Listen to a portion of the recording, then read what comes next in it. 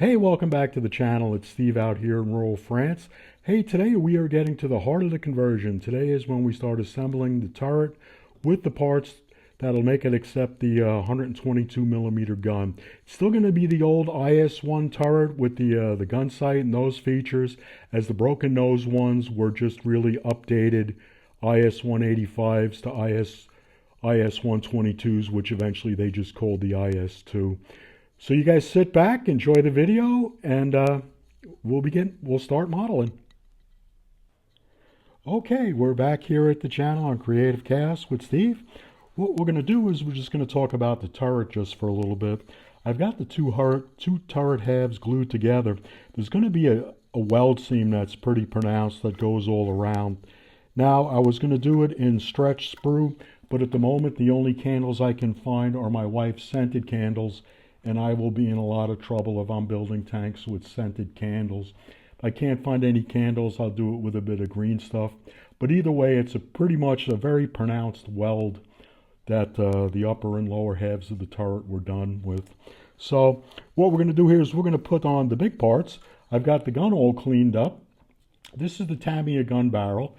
I've got it sanded, got the seams removed as the big old muzzle brake. I'm going to end up having to remove this portion of it just so I can fit it into the gun mantlet, but we'll see how that goes along, because I was thinking about drilling this out, but it really is a thick piece there, and I think I'd do more damage trying to enlarge that hole than to just chop the end off of that with the razor saw. The other thing I want to talk about is the cupola. Cupola on the IS-2 is pretty interesting. It almost looks like a copy from the old KVS-1 or KV-1S. And the KV-1S was the last attempt to get the KVs to make them viable, make them wanted by the Russian army. But the problem was the KVs were still just as good as the T-34, or they weren't. You didn't get any more with a KV-1S than you would with a T-34. So that really was the swan song of the KV series. So what happened is they had a cupola on their on the KV-1S. Russians always seem to have a problem with the cupolas where they just couldn't see out. They couldn't see out, and that was the problem. They addressed it on later versions of the T-34-76 and T-34-85 series, but on the KV-1S, they had a similar one to this where it had vision ports all around, but for whatever reason, there was no hatch for the commander.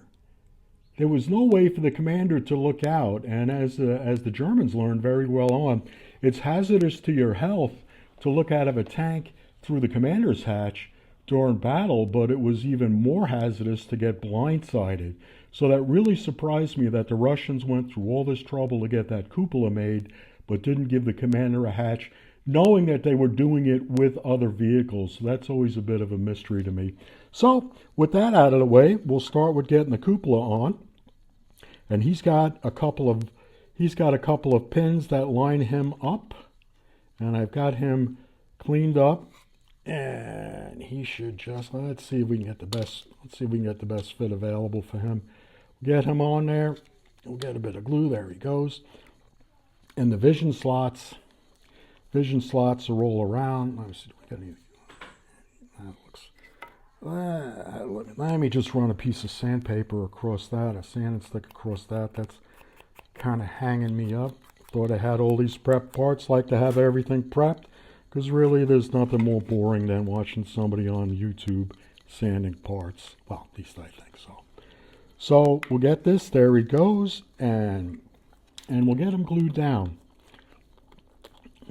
So we'll start with that, and we may need a bit of filler, and we can fill it in with a bit of epoxy putty if I have to get the epoxy putty out. If not, I'll just do it with regular putty. Hopefully we can just kind of squeeze them and get a good joint, and get a good solid fit that we can just clean up with a saw. Not a saw, but just with the hobby knife. So we got him going in there. He's there. Now, I'm pretty sure this is a rotating cupola, but it's got pins in it, so I'll stick, not a rotating, but the hatches themselves rotated in the cupola.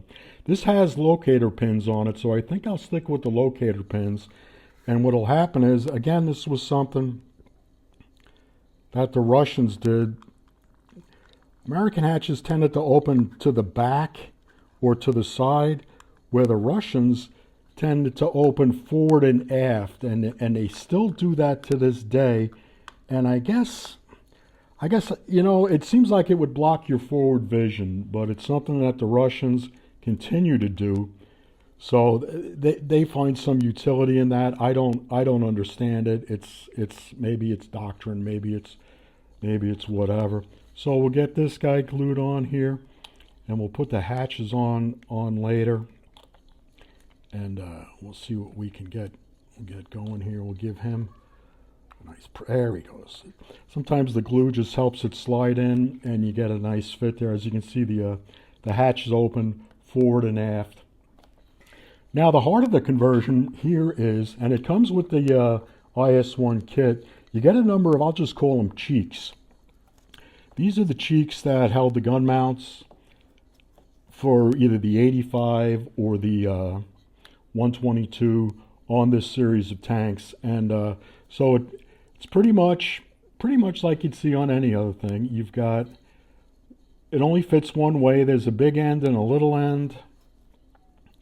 And I think I need to flip him over. There we go. And we'll see what happens here. See what happens here. We'll flip him over. Now this is a bit of a tricky bit here. So what we're going to do is we're going to put the gun shield on, and then once we get the gun shield on, we'll mount it to the tank. So with the gun shield, you've got locator holes here. I'm sorry, locator pins there. You've got locator holes here, and this only goes on one way. So it should be pretty foolproof, but they always make a better fool. So we'll see what happens here. So what do we got here? Let's see. That's correct. That's correct. And we will put this guy on. Let's see if he fits. Oh, we got something wrong there. Oh, thank you. They made it foolproof for me. And we'll get this guy in here. He went in there last night. I don't know. I think I may have him on here backwards. So let's just readjust. Do a reattack on that. And there we go. And now the gun shield should fit. Yep, should fit correctly. So that's what we're after. That is the gun shield on the IS. So what I'm going to do is I'm going to drop a bit of glue. I'm going to drop a bit of glue on these pins.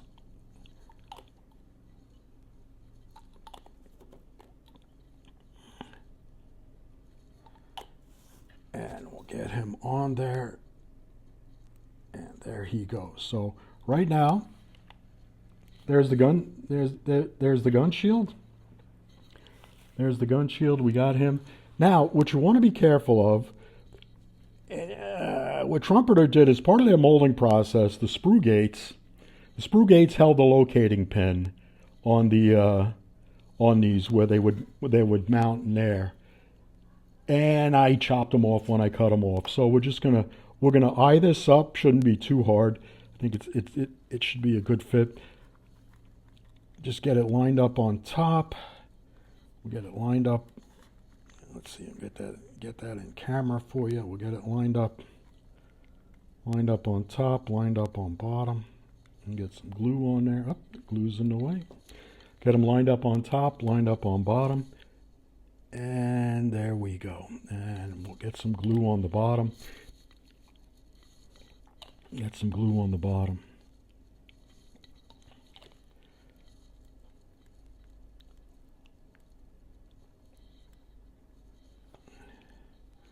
So we'll get him there, and let me just check the instructions. It seems like, let's see, nope.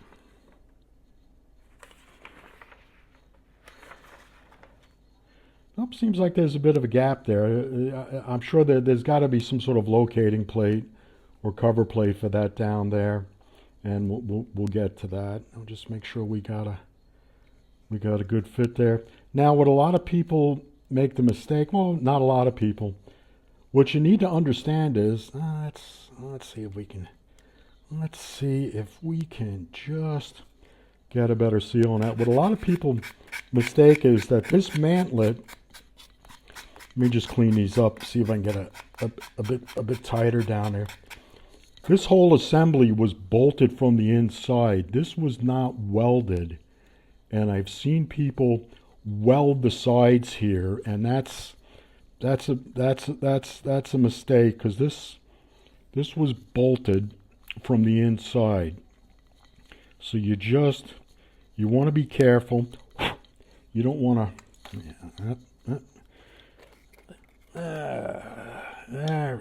Let's see what we can do here. We'll just do some more scrape and see if we can get a better fit here. Let's get a better fit down there. So you don't want to make that mistake. These guys were welded, not welded, but bolted from the inside. They were not welded, so there should be no weld seam on that. So let me just clean these guys up a bit better, and we'll keep rolling along here. All right, with the magic of television. Hopefully we can get this guy. All right, we got a little bit of bingo there. We got some. And there we go. We're back in the game. This side, this has a wider shield than the IS-85 would have had the gun. So there's a groove in here that the extended shield rides up and down. And so we'll get this guy back on the vehicle. And I think we'll do a bit better job. We'll get some glue down there just to hold him in place. Just to hold him in place. And we've got him. And we'll just line him up, and looking good. Looking good. I think we've got it.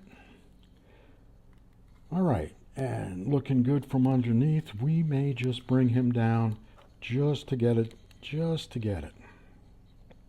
Bring that up. Because what I want to do is I want to make sure it's flush on all the areas it's supposed to connect to, and I want to make sure that I've got it level, so the gun isn't cockeyed once it's mounted. And since I managed to chop off the locating pins, I've got to make sure it's centered up manually. So we'll just do that with a bit of thumb action. And we'll just press him over. He looks like,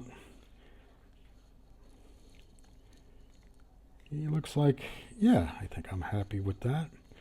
So what I'm going to do is I'm going to put some glue down here. Get some glue over here and get him in there, and we'll just do a bit of a press fit. When I do the cast texture, I'll be able to close a little bit of these gaps. I think I'm okay. Let me just center him up a little bit better, and he's looking good up on top. Looking good all around. And just push him in there. And let me get some glue in here. Glue will soften it up a bit, and we'll be able to just get him in there. Just get him in there tight. Like I said, it's not welded, so you're going to have a seam there. You just want it to be level. You want it to be level, and you want it to look good. So what I'm going to do now is you have a number of these. I wouldn't call them dust covers. I think dust cover is probably the wrong word for it. It's just something that would keep the rain out, because there was no fabric barrier that would keep the rain and dirt and dust out. But what the Russians did do a lot of times was they had these plates that went over the gun, and that would close off any